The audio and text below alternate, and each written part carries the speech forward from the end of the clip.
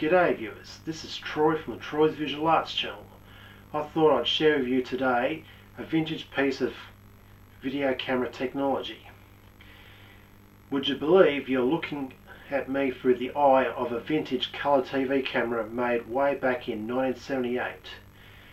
This is a JVC GC-3300E 2-tube colour video camera. This piece of technology predates the introduction of camcorders in the early 1980s.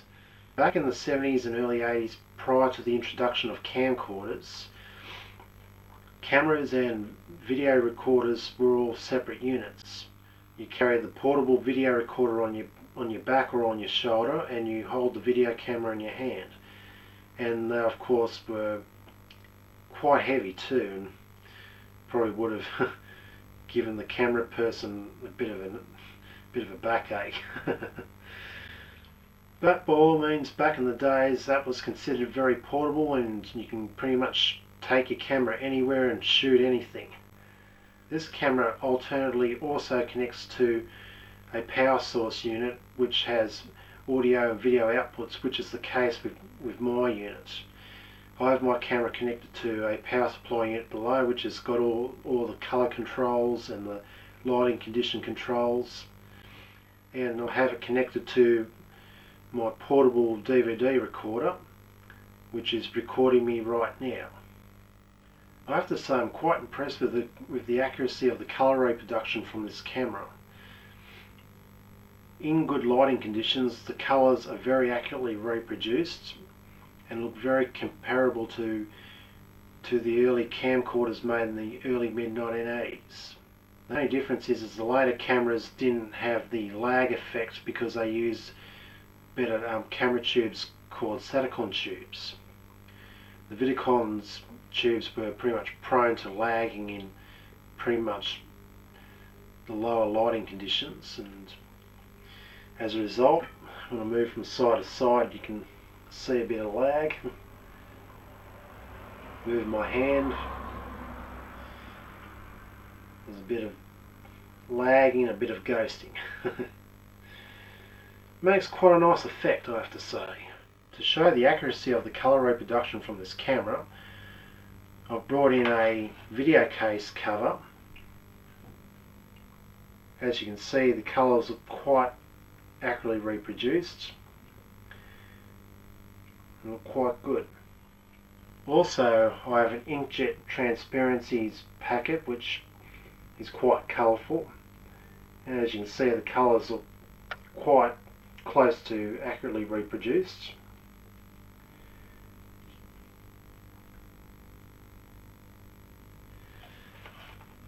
I have to also say that this camera is not that great in lower lighting conditions, like with a lot of early colour and black and white TV cameras made for lower budget reproductions. So I had to buy 2 floodlights from Woolies to put more light in this room to get a decently bright picture. But even still, it could look a little bit brighter. Anyways, I'm going to pan this camera around the garage and shoot some stuff.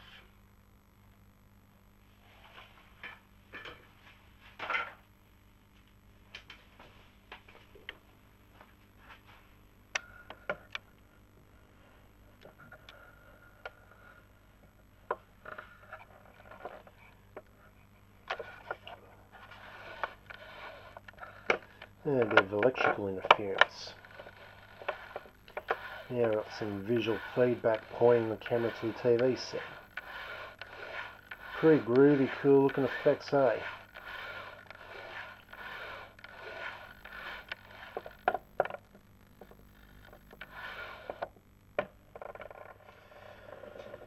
As you can see, in lower lighting conditions, the pictures look pretty dark.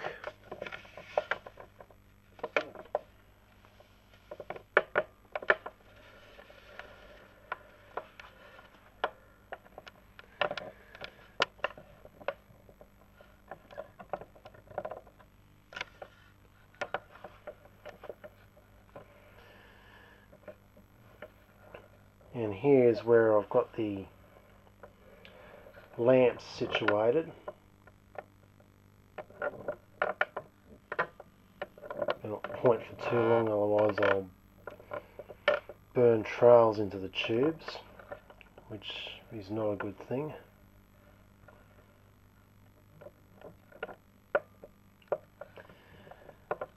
A number of years ago I made a mistake of pointing a black and white vidicon tube camera to the sun, and it burnt permanent trails into the tube, and man, I was spewing. Oh, it's all down, we'll put down to experience.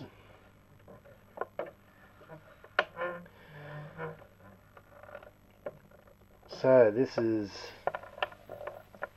oh shit, what's happening here?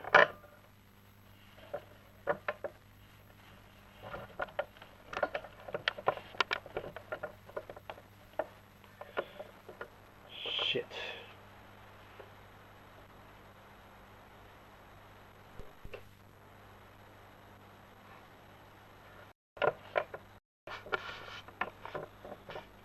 I think we've got some problems here.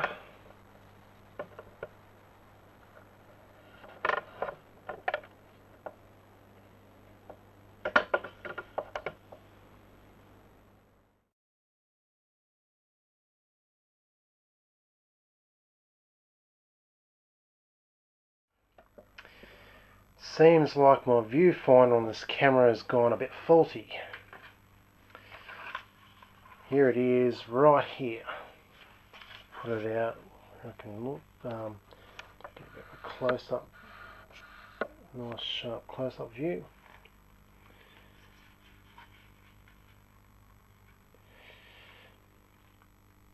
Looks like I'm probably going to have to somehow fix this thing. Otherwise I'll be blindly taking shots. I'll see what I can do.